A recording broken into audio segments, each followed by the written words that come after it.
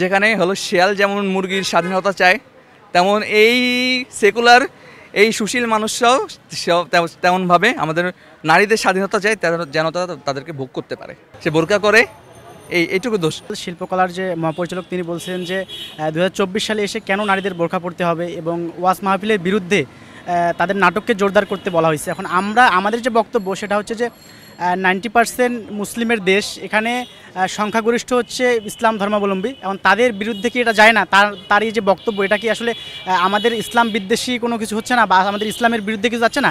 আসলে আমরা বলতে চাই যে আমরা মুসলিম হোক বা যে কোনো ধর্ম হোক, কোনো ধর্মই কিন্তু মানুষকে খারাপ কিছু শেখায় না। অবশ্যই ধর্ম মানুষকে নৈতিকতা এবং আদর্শিকতার শিক্ষা দেয়। সেই জায়গায় উনি ধর্মবিদ্বেষী এই ধরনের কথাবার্তাকে আমরা কোনোভাবেই মেনে নিতে পারি না, কোনোভাবেই সমর্থন করতে পারি না।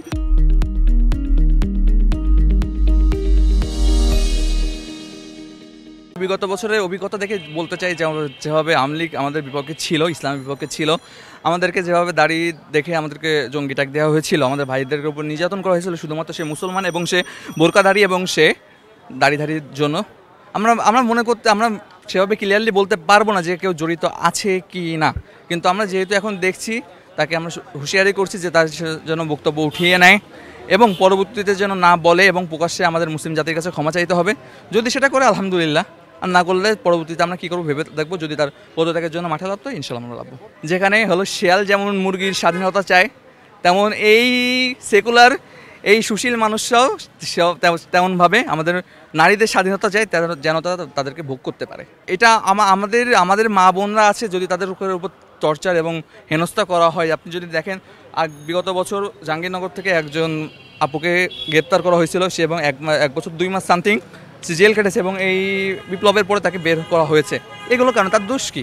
সে বোরকা করে, এইটুকু দোষ। এটা আমরা কোনোভাবে মেনে নিব না, যেহেতু স্বৈরাচার চলে গিয়েছে, এখন এগুলো আর মেনে নেওয়া হবে না ইনশাল্লাহ। তো তারা বাংলার জমিনকে ওয়েস্টার্ন কালচার, পশ্চিমা কান্ট্রিতে প্রবেশ করতে চায়, যেখানে কোনো হেয়া লজ্জা নাই, কিন্তু আমরা সেটা চাই না।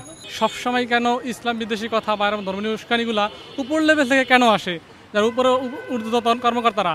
এটার প্রধান কারণ হলো আমাদের শিক্ষা ব্যবস্থা। আমাদের শিক্ষা ব্যবস্থা এমনভাবে তৈরি করা হয়েছে, মূলত ইসলাম বিদ্বেষী করে তৈরি করা হয়েছে, যে কারণে তারা যখন কেউ ইসলাম বিদ্বেষী কথা বলে তখন তারা পদোন্নয়ন সহজে পেয়ে যায়।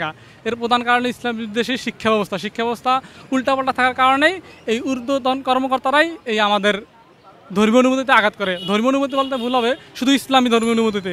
অন্যান্য ধর্মের ক্ষেত্রে আমরা দেখবেন এভাবে উস্কানিমূলক কোনো বক্তব্য সরকার বা ঊর্ধ্বতন কর্মকর্তা থেকে আসতেছে না, শুধু কিন্তু ইসলাম বিদ্বেষী। এখানে বোঝা যাচ্ছে যে এজেন্ডা বাস্তবায়ন করতেছে একটা চক্র, নির্দিষ্ট একটা চক্র, তারা মূলত ইসলাম বিদ্বেষী, তারা কিন্তু বিদ্বেষী না, মানে ধর্ম বিদ্বেষী না, শুধু অনলি ইসলাম বিদ্বেষী। আমরা বিভিন্ন কাজ এবং কর্মে তা বিভিন্নভাবে দেখতে পেয়েছি।